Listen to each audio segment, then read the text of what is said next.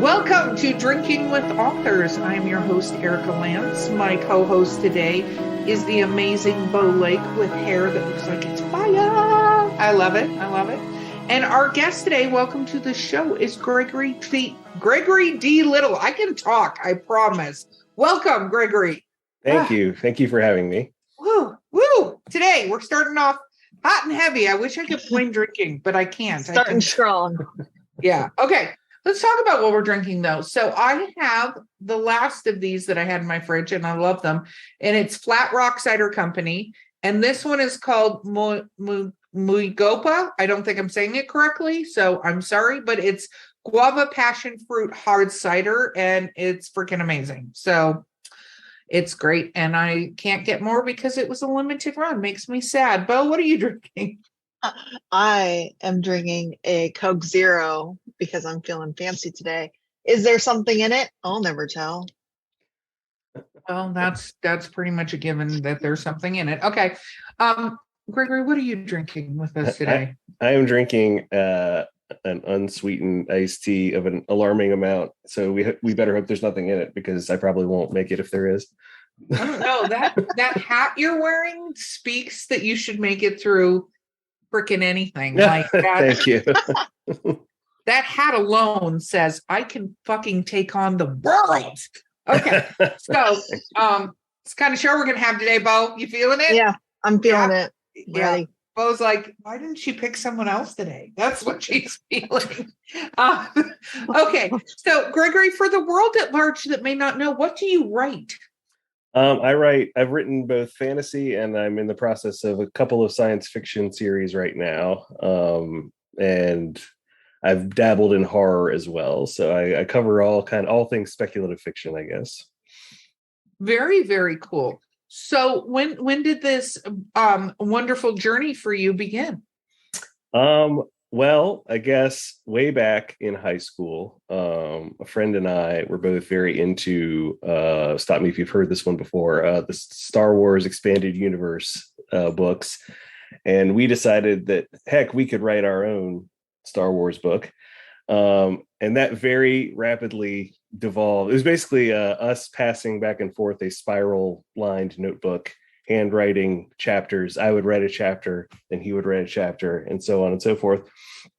And it very, very quickly devolved into each of us being like, let's see him get out of this. Like as you finish the chapter with some impossible cliffhanger, sometimes literally, and then hand it to him like, ha, ha, ha, deal with this. It sounds like a vengeful choose your own adventure. Yeah, it really was that. And we had a great time, and that was when I first figured out I enjoyed writing. And then fast forward to AP English in my senior year, and I got a lot of feedback from my teacher that I was actually good at writing. So the combination of those two things is like, oh, I enjoy this, and apparently at least one person thinks I'm good at it, so maybe I should keep going with it.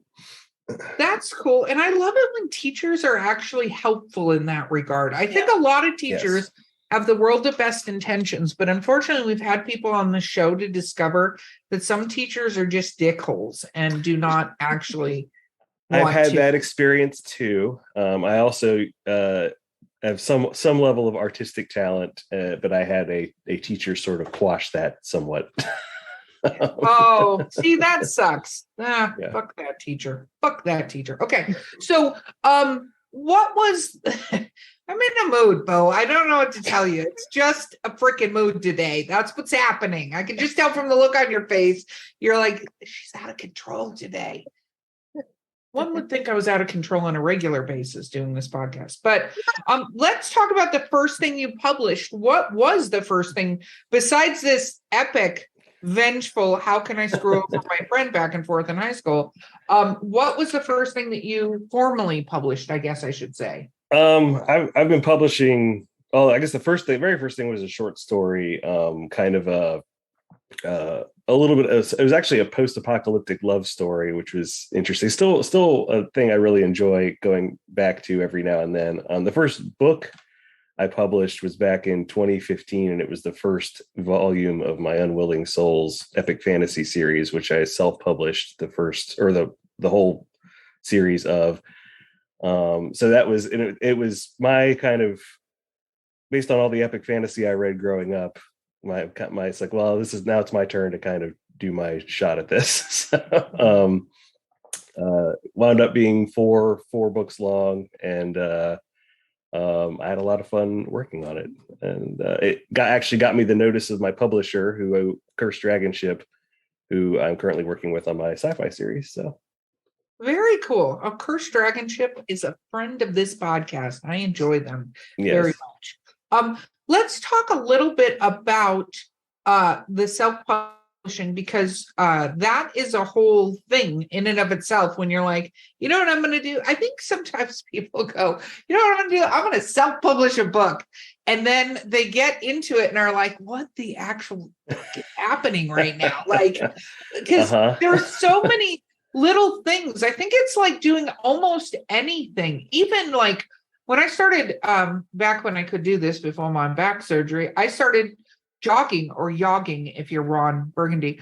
And I didn't realize how much stuff goes into if you actually want to run correctly and do it for any period of time, and maybe do like 5Ks and stuff like that, even if you're not doing it to like win the 5K, right? Like the first time I went to get real shoes, and they're like, okay, here, put these on. We want to see you walk. And they're like watching me walk and then watching me run in these different shoes. And I'm like, what the hell could you possibly be seeing in these shoes that would make doing that in the middle of a mall is the most humbling experience I've ever had. Like, well, someone is watching me run, like, and then be like, you run weird. And I'm like, thank you. Great. Thank you. That's great. I'll never great. run again. Just like the teacher that said Greg's stuff wasn't great. Screw you, stupid finish line. Okay, so that's a store, by the way. Anyway, so what was that like when you're like, you know what, I'm going to publish this book? We walk in with a lot of swagger when we go to do that, and then it's like, it's a humbling experience, and you definitely realize quickly, if you're doing it, if you want to put out a quality product, you realize quickly, like, oh, like this is a lot of things. There's cover art, there's editing, there's developmental editing, there's proofreading, there's there's marketing, you have to have a website, you see all these things that if you're working with a publisher, the publisher does, you do. And on the one hand, you have total control over everything. If you don't like the way the cover's coming, you can make a change on that, but if you're smart, unless you have a ton of artistic talent, you'll find someone who's good at cover art and hire them to do it. Now you'll still have control over it, but basically it's like you have all the control, but you also have all the responsibility. And if anything screws up, it's your fault. and there's always something that you could be doing to improve your publishing side of things that takes you away from the time you could be spending writing too, which is a big thing. No, that's true. Trust me. That one I know. Okay, let's talk about your first series and what it's about. And then, Bo, I promise you get the next question. I'm paying attention to the time. I've got this. The self-published series, you mean? Yeah, when you first started, let's talk about your fantasy. You're like, because you started saying Star Wars, and then you're like, and then I published a fantasy series. Yeah. So let's know what that meant. In between, I think what happened there is in between reading Star Wars books and me deciding I was going to self-publish, I read The Wheel of Time, which is probably what determined that I was going to write an epic fantasy at some point. But the series is, the tagline is humanity's gods are rightfully imprisoned, and Sess Lucani intends to keep it that way, but her rebel father has other plans. And so this is a world where yes, this is a world where they've hollowed out the center of the planet and they've imprisoned the gods inside it. And what Sess is, she's a 16-year-old apprentice jailer of the gods. She's learning to forge the magical tools that keep the gods locked in their prison, because the last time the gods were free, they tried to wipe out humanity. And freaking gods. On her 16th birthday, someone, maybe her father, maybe not, I'm not going to tell, tries to break the gods out. And her father is the world's most wanted terrorist. And during that whole kerfuffle, the secret of her parentage, because she's this sort of secret daughter of him, nobody's supposed to know, comes to light, and because of that, she becomes a suspect. She's forced to go on the run and uncover what exactly is going on, to prevent her own doom or the doom of the world if the gods should be released. So that's the sort of tagline. That's the tag of the first book. Wow. Okay, I like it. Okay, I promised Bo to go next. So Bo, go next. What is your favorite fantasy trope that you've used in your book, in your series? I always like a wild card character, a character who sometimes they're helping the good guys, sometimes they're helping the bad guys. They always have some kind of separate agenda, and it's like if your agenda is aligned, it's great, and if not, they're happy to cross you. But those kind of characters are great fun for me, both to read and to write. I love those kind of characters. What about least favorite trope? You have to work really hard, and I don't like it when, this is kind of a low-hanging fruit, but when characters are refusing to tell each other obvious things because they're mad at each other for contrived reasons. And I totally get the temptation to use that trope, because I've certainly come across that temptation. I do my best not to succumb to that temptation. That's pretty much every television show on the planet. Yeah. If you watched Lost, they were especially bad about that. I watched the first 3 seasons of. Okay, I'm going to get hate now. I watched the first 3 seasons of Lost. Don't worry, Greg. I'm going to direct it towards you when I get it. But after season 3, I could not do it. I tried. I could not do it. And then I went and watched the last episode that they did, just to see what they did with it. I'm not going to comment any further on that. I'm just going to say that they did end the series. But the first couple of seasons, I thought the way they did things was pretty brilliant. And there was a constant threat. And the way they had set it up on the miscommunication was you didn't know who to trust because none of these people knew each other, right? Yeah. So they did that well. It works for a little while. Yeah. But it's when I discovered that about TV shows so many moons ago, I was like, oh, this is fucking dumb. Then because it takes 2 seconds to walk over and go, hey, Bo, by the way, Jerry just burned your case file. And so you're not going to be able to find it later. Like, and end of program.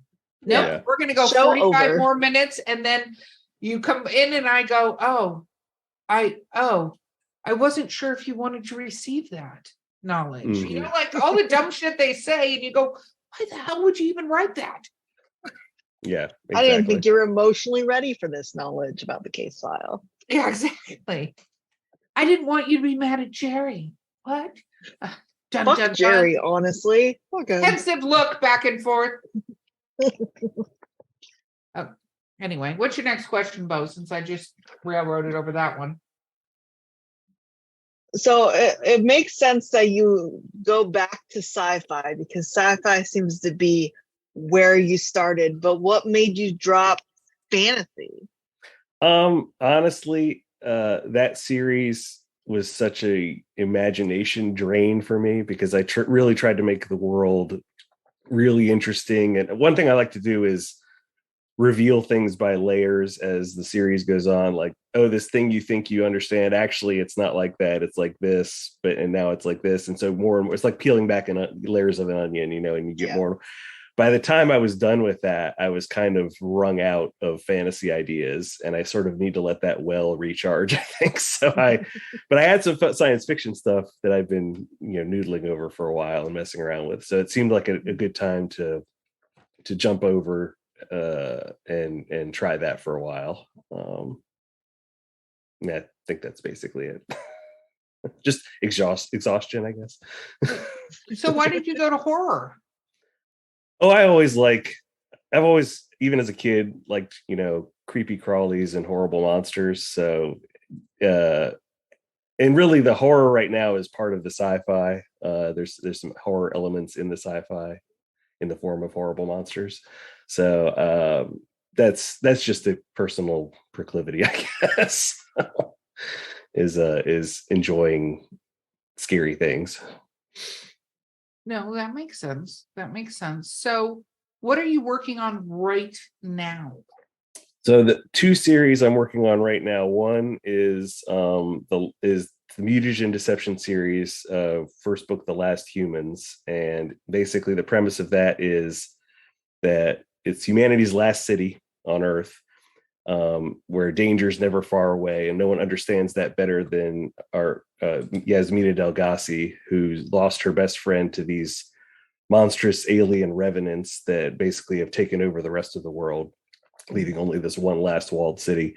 She loses her friend to these creatures. She decides, I'm going to run for city council to try and make things safer for everyone else. But on the night of her election, she discovers her boyfriend in his apartment dead, with a threat painted on the wall, a threat that's directed at her.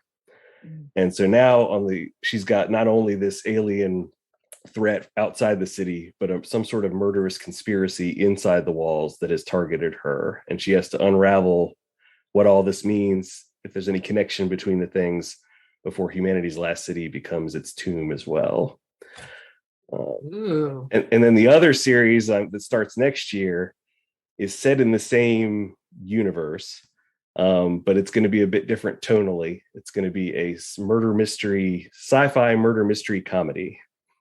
And that series is called Bell Begrudgingly Solves It. And the first book is Murder on the Interstellar Express. And it's basically a story about a interstellar colony ship, where our hero is unwittingly forced to be on this ship and wakes up from cryo sleep to find that people are getting murdered and has to figure out what's going on before it's too late. I like that. That is pretty kick-ass. Very cool. Okay, Bo, one more question before we go to break. I love all the juggling of genre. That second series sounds fun. Thank you. As someone who also writes horror, what is your favorite horror element that you brought into a more like sci-fi space? So I really like psychological horror. I obviously like more visceral horror too, with horrible carnivorous monsters, but a good psychological horror where maybe the monsters are us kind of a story is always fun for me. I love playing with issues of identity. I love it. That's true in the fantasy too. I love where the phrase that will always pique my interest about any story is nothing is as it seems.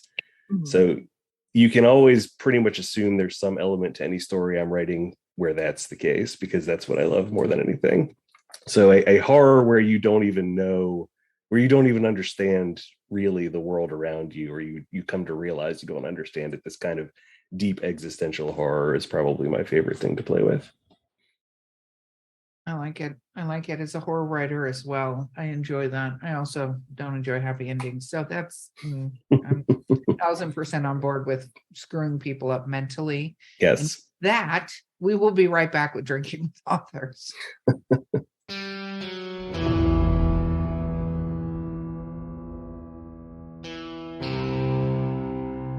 Hey listeners, you know me, Eric Lance. You're just listening to me in the podcast that you had, but guess what? I'm doing something new. Yeah, she's joining me, Mark Muncy, the author of the Erie, Florida book series in Erie, Appalachia, and we are hosting a new podcast called Erie Travels. Woo-woo! Erie Travels, which covers things like ghosts, cryptids, weird stuff, UFOs, Men in Black, all kinds of fun things that people talk about, and I'm sure you've discussed with friends. Yep, and you can listen to us on your favorite podcast platform of choice, or find us at erietravels.com and join in the fun and all the spooky goodness. And of course, Mark, what do we always say? We'll see you on the other side. Okay, we're back. We're back and talking about what it's like to have audience reviews of stories when they're not just like, oh my God, I love this story. It was so great. And instead they say things that make you understand that they got to that part of your book and it had the effect you wanted it to have. So, okay. My next question for you is there genres that you want to be writing in that you're not yet? I would like to do at some point just a pure horror of some sort, and that's on my. I need to get through the 2 series I'm working on now, and then that's on my list after that. But I'd like to be able to say I wrote at least one series in all 3 of fantasy, science fiction, and horror, and so yeah, I guess in a broad sense, just something that is a horror period and not with other stuff attached to it. It'd be interesting because you have such a dynamic history with fantasy and sci-fi that'll be interesting to see if you can do a real everyday life horror thing, because I feel like a lot of times there are people who are great at doing that, but I see people who have like the sci-fi and fantasy stuff start kind of creeping in from the side. It'll almost certainly do that because my publisher laments, and also she loves the fact that I write cross-genre stuff, but she loves to tease me about the fact that that it's very hard to just list my books. Like, what is this? I joke that you can just say whatever. Just ask the person, what genre do you like? It's probably represented in this book. But it does make it difficult, I think, when you're putting it in categories on Amazon. So whenever I do get around to writing a primarily horror series, I'm sure that there will be some science fiction or fantasy element in there too, because I get bored if the genre is too kind of narrowly defined pretty quickly. So that'll be interesting. I will have to look forward to that. Is there, so having had this experience and getting from a publisher and stuff, what are the parts that you thoroughly love about being an author? Well, my favorite thing, and I'm mostly a pantser. I whenever I start a story, I know the beginning. I won't start a story till I know the beginning and the end. So I'm not a pure pantser. I don't just totally write without an idea of where it's ending up. But I end up jumping all around in between those points, writing stuff that interests me, figuring out where those might connect. And my absolute favorite thing about writing is when I write a scene or a chapter just because it seems like something cool to be in the story without any real idea of why it's in there. And then later I'm working on some other part of the story, and suddenly I have this brainwave of like, oh my gosh, this could explain this other thing perfectly, even though I didn't set out for it to do that. So for example, the Unwilling Souls, the first book of my epic fantasy, I included an artifact that Sess, our hero, discovers, and it clearly is important. And I had no idea what it was when I put it in there. And then partway through the second book, I figured it out. And I figured out how it was an important part of the second book's plot, and also why it did what it did in the first book as a result of that. And it was this moment, I still remember the feeling of like, oh yes, this perfect, sublime, transcendent moment of like, yes, that's perfect, and it fits, and I love it, and it totally retroactive. And so I guess I like painting myself in corners and then having to sort of dance my way out of them. Which is what you did with that first writing exercise in high school. So maybe that was, I don't know if that reflected what I enjoyed or if that created the fact that I enjoyed that, but maybe, yeah, that's a good question. Which came first, the chicken or the egg? Well, so that's I think you described something that a lot of people call writer's block. And I say this to people all the time, is if you backed yourself into a corner, go back to where you were driving along the road perfectly well, and you got to turn a different direction. Because if you can't pivot like you just discussed and figure out how to get out of that corner, people can sit there staring at that corner on their written page for days, weeks. And I'm like, it's not going anywhere. You literally are at a dead end. Turn around, go back. Like, I've learned over the years that if I'm constantly finding excuses not to be writing, like, oh, I'll do this other thing, even if it's something I don't normally enjoy more than writing, it's because something about the story I'm working on isn't working, and subconsciously I'm aware of that, and I don't want to face it because it probably means I have to rip out a bunch of what's there and go a different direction. But if I start to notice that it's like, oh, I'm just, every time I have a chance to write, I'm doing something else instead. It's like something's bothering me about the story and I need to figure out what that is, or it's not going to go away. Oh yeah, no, writing is one of the easiest things in the world to give up. Okay, Bo, you ready? Well, now I feel thoroughly attacked by both of you right now about about my behavior recently. Good. Get back to writing. Yeah. What are you doing even on this podcast? I know. Yeah. Such great. I got to do a podcast. I can't write. I can't write right now. I have responsibilities on the podcast. Got to be there. God, Erica's fault. That could be such a funny thing to have to say to. I'm going to have to use that excuse. So, my question for you though is, do you have you soundtracked your books yet? Like music? No. Like, do you listen to things while you're writing to then go, here's my Spotify list while I'm creating this epicness? I don't like publish it, but yeah, I'll usually, if I need to evoke a certain mood, I'll find a soundtrack from a TV show or a movie, or even a vocalized song, and put it on that it fits the mood that I'm trying to write, and put it on repeat. Because once it's repeating enough, it just becomes sort of you stop paying attention directly to it, and it just kind of becomes a background noise that helps make you feel like you're in the mental zone. So yeah, informally, yes, I have. I've never then turned around and said, here's what I listened to while I wrote this scene. But maybe I should think about doing that.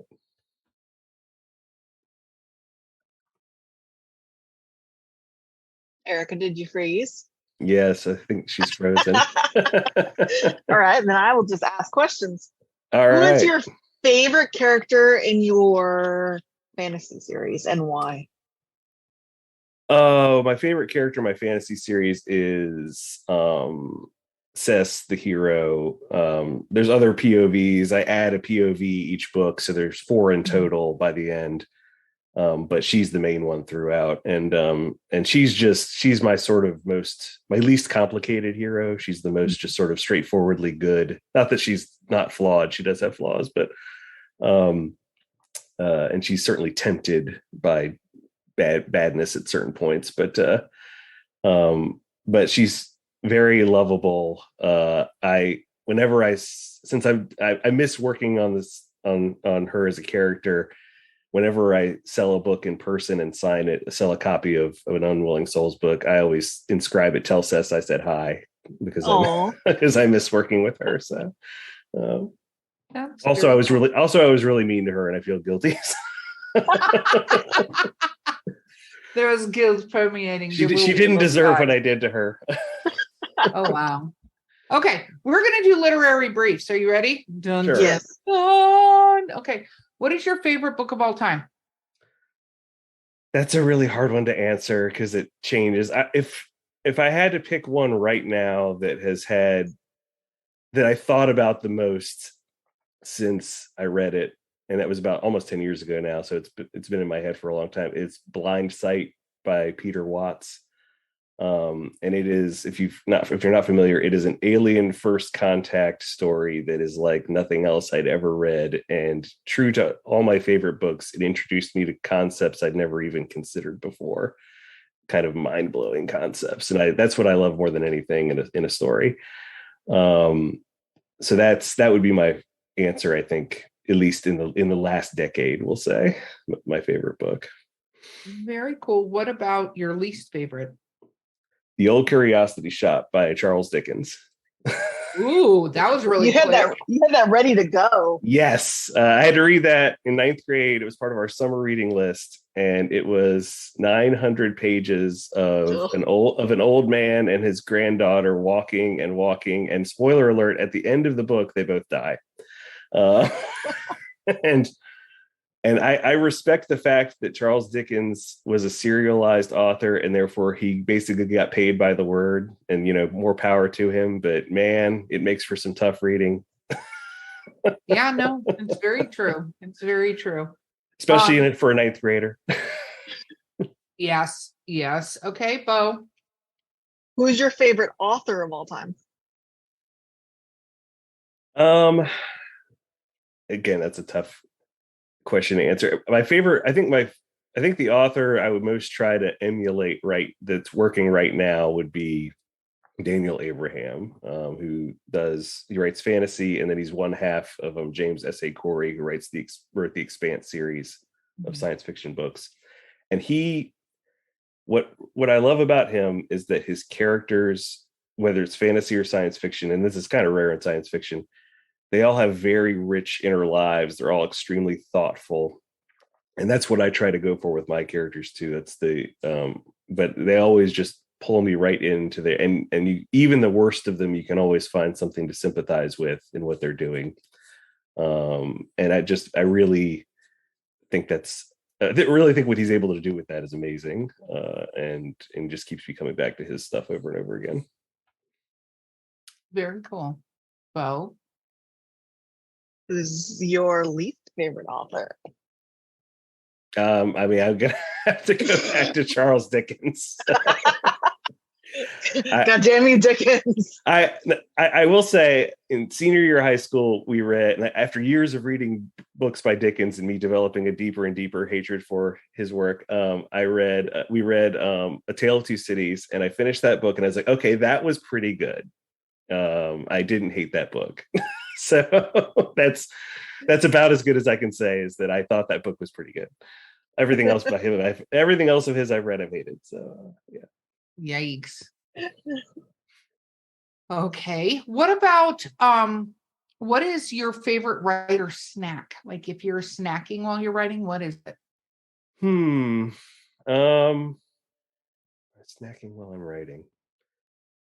It's going to be something I can grab quickly. So maybe like a handful of almonds or something that I can just kind of wolf down, because if I get too far out of the zone, it's hard to get back into it. So if I'm hungry enough to be distracting me, I'm going to run downstairs, grab something like that I can just eat really fast and then get back to it without trying to break my concentration too badly. So makes sense.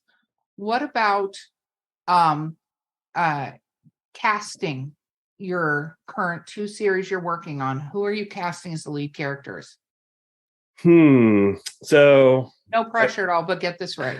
I feel like the real answer to this is probably always some person you've never even heard of who would absolutely nail it. But because we're sort of operating in theoretical casting, I have to go with actors I know.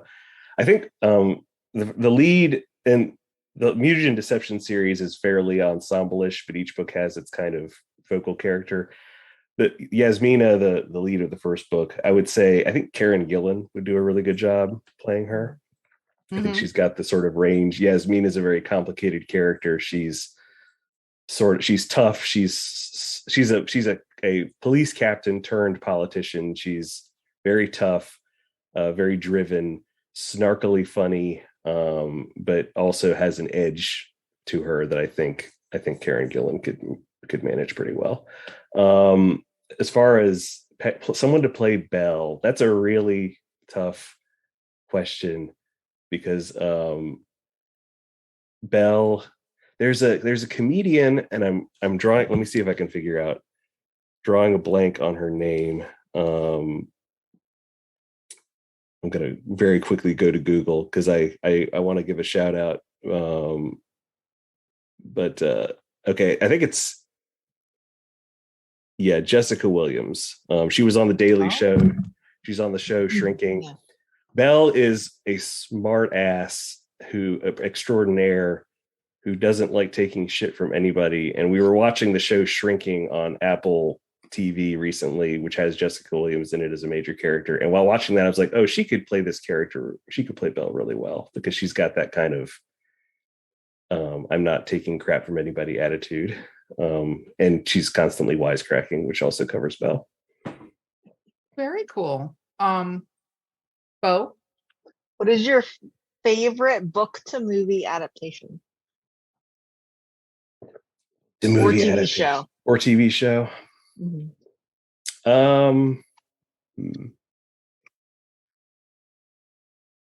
I think I'm going to go a little bit off the wall. I mean, an easy answer would be like the original Lord of the Rings trilogy. I think by and large did a really good job, but I'm sure that's a lot of people's answers. So I'm gonna go a little bit off the wall and go with The Magicians for TV. The plot in no way resembles the plot of the books. It's like they took the books and put them in a blender and then kind of just randomly reassembled everything. But those books weren't really about the plot anyway. They were kind of about the vibe and the sense of humor underlying everything. And I think the show did a really, really good job of capturing the feel of the books, even though it went completely different directions with the plot. And I thought that was cool. I think that's sort of what an adaptation should do. It's like, can you capture the feel of the source material while not just being a one-for-one recreation of it? Because otherwise, like, why even make it, right? If it's just a perfect encapsulation of the book, you've got the book. So I'll go with that. I think that was a pretty neat project they did there. What about least favorite? Least favorite. So I'm going to. This will probably. I'm gonna sound like I'm contradicting myself from earlier, but I'm not.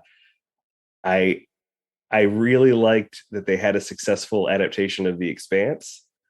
It did not work for me. Even though it's one of my favorite book series, and I think the show objectively did a good job, it didn't capture the thing about the books that was what I liked about it, which was that sort of inner life of the characters that I was saying that Daniel Abraham and also in this case Ty Frank were so good at doing. But I'm not entirely certain that you could capture that in televised format. It's such a function of being literally inside the characters' heads. And I just don't know, even with the best acting in the world, that you can really get across that level of depth. That for me, I know it worked for a lot of people, and I'm thrilled that it was a successful series that people love, because it is a very popular series. It's got its very cult following. It just, for me personally, it wasn't what I liked about the books. And so I watched the first season and I was just like, it's just, I just can't get into it. But no shade. It was, I'm not trying to dump on the series for anybody else. Just wasn't my thing. No, that makes sense. Okay. What about, if you could be any paranormal creature or magical creature or something like that, what would you be? Since they feature so much in my epic fantasy, I'm going to go with a giant jumping spider. Okay, note to those that don't like jumping spiders. Your book series may be a little if you don't like giant, if spiders are just an absolute no-go for you, you should probably steer clear of that series. They feature they're good guys, not bad guys, I will say. Did you intend to feature them that much? I like spiders, and I always have, so yes.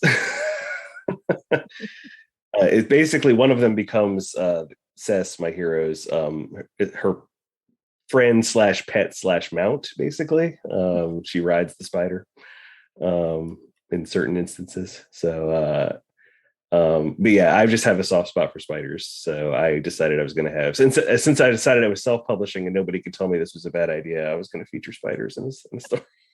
So, have you ever had a pet spider? I haven't, so it probably makes me sound hypocritical, but I'm the sort of person who, if someone was freaking out over a spider in the house or something, I would gather it up gently and take it outside, and deposit it. I've never had a pet one. Just gathered up a brown recluse. Ooh, I will say if they're dangerous, then at that point all bets are off. Yeah, I was actually very impressed. I caught it in a cup, a little mouthwash cup, and put another mouthwash cup, and then I dumped it in the toilet, and it took a voyage. And if it could hold its breath, then it's in a better place right now. Right. If it can't, too bad. It's nothing personal, but if it was a black widow or something like that, or a brown recluse, then at that point, and it was in my space, I would say, okay, sorry, friend, but not going to happen. I don't want to end up in the dance floor now, friend. Yes. Yeah. That is awesome. Okay. Bo? What is your desert island book? You could only read one book for the rest of your life. Well, we know it's not Dickens. Charles Dickens. No. One book. How to torture Gregory. Put him on an island with this book. That would be bad. I will go with a book by Adrian Tchaikovsky, which also features giant spiders, called Children of Time. And that's a really cool space, kind of space opera, but it's a sci-fi, and it features a very uplifting view of what people are capable of, and cooperation between different species. And I feel like if you're trapped on a desert island, you would need something that would keep your sense of hope going. So a lot of books I read are less uplifting than that. That one was pretty uplifting, so I think I would choose that one. I like it. What about a weird food combination? What is something that you like to eat that people go, "You're eating that?" Because that's generally a reaction that people. Yeah. I don't know. I mean, I don't eat a ton of weird. I mean, I guess with me, it's not so much a specific combination. It's just that if I'm hungry and I see a bunch of things that would make me not hungry, even if they don't go together at all, I'm happy to just sort of here's some Cheetos and, an apple with peanut butter and it just might be, if I eat one thing and it's not doing the job, it's like, okay, and now here's some cheese, and just these individual things taste good. I don't really care what happens once they're down in my stomach. So I can't think of a specific. I guess growing up, when I would drink V8, the vegetable juice, and I think that was my mom's desperate attempt to get me to eat more vegetables. And most people, I think, drink that cold. I would always drink it warm, and I don't like it cold. I'll only drink it warm. So that if a combination of a food and a weird temperature is a thing, then I would say so, because that basically makes it a very interesting tomato soup. That sounds so thick. Oh, I mean, it's basically like salt. My delicate little flower. You get the final question now that you've been thoroughly grossed out. What is your Starbucks order? The largest possible unsweet black tea that they make. Which is a Trenta, which isn't even on the menu. You have to ask for it specially. Is the size. So. Yes, Starbucks in there. Changing our entire vernacular to adapt to ordering properly from a coffee place. I appreciate it. Okay. Gregory, shameless self-promotion time. Where do people find you and your books? You can find me on GregoryDLittle.com is my website. I'm at LitGreg, LITGREG on, I guess we'll call it X now. It was Twitter. We're still calling it Twitter. We're not doing that. I'm on Facebook and I'm on Facebook and Instagram, but somehow I've managed to mix them up. So Facebook, it's Gregory D. Little Author, and Instagram, it's Author Gregory D. Little. I should probably look into unifying that because it's very confusing. And then my books, Unwilling Souls, that series is available wide. You can get that on any ebook service, as well as print via Amazon and Barnes and Noble and things like that. The Mutagen Deception, those are available. Those are Amazon's exclusive, but that means you can get them on Kindle Unlimited if that is a service you sign up for. They're also available in audio. The new series, Bell Begrudgingly Solves It, comes out starts August of next year. So very cool. Very, very cool. It was wonderful having you on the show. Thank you so much for having me, especially with the technical difficulties up front. I'm glad we were able to work through those. So. Yeah, nobody knows about them, but now you just did a reveal. I just ruined it. At the end, you did a reveal. I know. Nobody even knew. I know. But now, this is a mark of transparency, right? We're being transparent with our audience here. Oh, I appreciate that. And how you slid a signature dun dun dun. Yes. Yeah, I like it. I like it. So thank you again for being here. This has been Drinking with Authors with the Literary Prince. I know what I'm saying, Bo. Stop judging me. Bo Lake has been my co-host. Don't forget to like, subscribe, leave reviews, comments. We love that. Our guest has been Gregory D. Little, and we will catch you all next time.